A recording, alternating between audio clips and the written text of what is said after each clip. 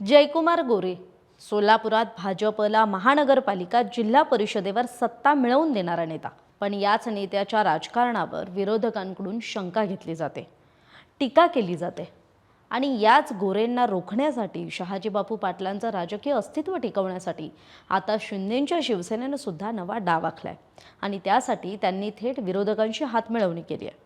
तरी सोलापूर जिल्ह्याचं राजकारण कसं बदलत चाललंय हे सगळं समजून घेऊयात या व्हिडिओतून। त्यासाठी व्हिडिओ शेवटपर्यंत पहा। नमस्कार, मी कोमल सकाळमध्ये आपलं स्वागत। सोलापूर जिल्हा परिषदेवर यंदा पहिल्यांदाच भाजपची स्वबळावर सत्ता आली आहे। जिल्हा परिषदेच्या एकूण 68 जागांपैकी 38 जागा जिंकत पालकमंत्र्यांनी महापालिकेपाठोपाठ जिल्हा परिषद निवडणुकीतही आपला करिश्मा दाखवून दिलाय। जिल्ह्यातील पंचायत समितीच्या 136 जागांपैकी 76 जागा भाजपने जिंकल्यात आणि भाजप हा सोलापूर जिल्ह्यातला सगळ्यात मोठा पक्ष ठरलाय। सोलापूर जिल्हा परिषदेत प्रचाराची धुरा पालकमंत्री जयकुमार गोरे यांनी स्वतःच्या खांद्यावर घेऊन जवळपास 30 ते 35 सभांचा झंझावात केला। उपमुख्यमंत्री अजित पवारांच्या निधनानंतर प्रचाराचा रंग जरी बदलला असला तरी शेवटचे 2 दिवस वगळता पालकमंत्री दररोज जिल्ह्यात विविध ठिकाणी जाऊन सभा घेत होते। त्याचाच परिणाम भाजप स्वबळावर जिल्हा परिषदेत सत्तेत येणार आहे आणि महापालिकेनंतर पालकमंत्र्यांनी पुन्हा एकदा सोलापूर जिल्ह्यात आपला चमत्कार दाखवला। जिल्ह्यातील 11 पैकी जवळपास 7 पंचायत समितींवर भाजप स्वबळावर सत्तेत येणार आहे, तर करमाळ्यात अजित पवारांसोबत भाजपची सत्ता असेल। पण इथेच राजकारणाला नवं वळण सुद्धा मिळतंय, कारण याच भाजपची कोंडी करण्यासाठी आता एकनाथ शिंदेंनी आणि राष्ट्रवादी काँग्रेस शरदचंद्र पवार पक्षानं डाव आखलेला दिसतोय। भाजपची खेळी रोखण्यासाठी किंवा भाजपला राज्यात सत्तेत सोबत असतानाही शिंदेंनी सोलापुरात मात्र विरोधात बसून त्यांना जागा दाखवण्यासाठी नवा मित्र शोधलेला दिसतोय। सोलापूर जिल्ह्यात महानगरपालिका आणि जिल्हा परिषदांच्या निवडणुकांनंतर मोठ्या राजकीय हालचालींनी वेग धरलाय। काल दिवसभरात सोलापूर जिल्ह्यातील शरदचंद्र पवार पक्षाचे म्हणजे राष्ट्रवादी काँग्रेस शरदचंद्र पवार पक्षाचे खासदार आणि आमदार यांनी शिंदे सेनेच्या मंत्र्यांच्या गाठीभेटी घेतल्याचं समोर आलं। माढ्याचे राष्ट्रवादी काँग्रेस शरदचंद्र पवार पक्षाचे खासदार धैर्यशील मोहिते पाटील यांनी काल मुंबईत अचानक उपमुख्यमंत्री एकनाथ शिंदेंची भेट घेतली। त्यानंतर दुसरीकडे माळशिरसचे राष्ट्रवादी काँग्रेस शरदचंद्र पवार पक्षाचे आमदार उत्तमराव जानकर यांनी सुद्धा शिंदेंच्या शिवसेनेचे मंत्री उदय सामंत आणि भरत गोगावले यांची सदिच्छा भेट घेतल्याचं बोलण्यात आलं आणि तसे फोटोग्राफ्सही समोर आले। सध्या सोलापूर जिल्ह्यात भाजपनं महानगरपालिकेनंतर जिल्हा परिषदेवर एकहाती सत्ता मिळवली आहे।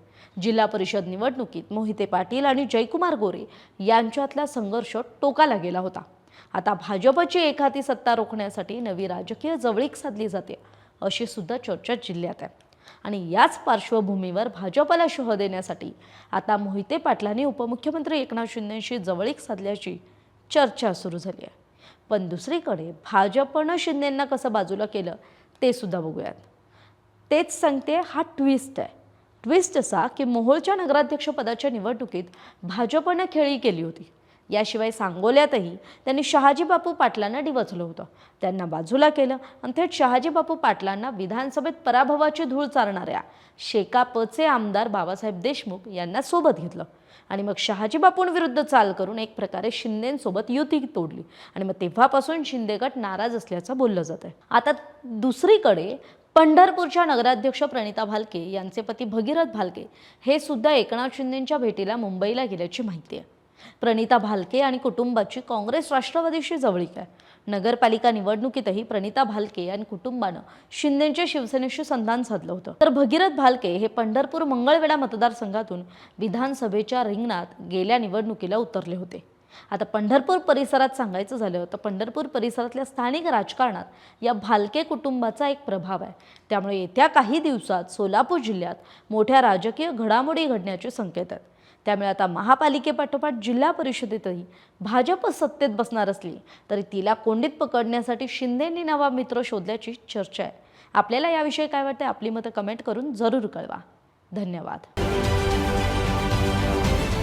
महाराष्ट्रातील सर्व बातम्यांचे विश्वासार्ह व्यासपीठ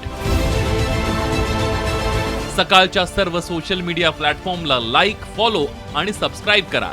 तसंच सर्व नोटिफिकेशनसाठी बेल आयकॉन प्रेस करायला विसरू नका।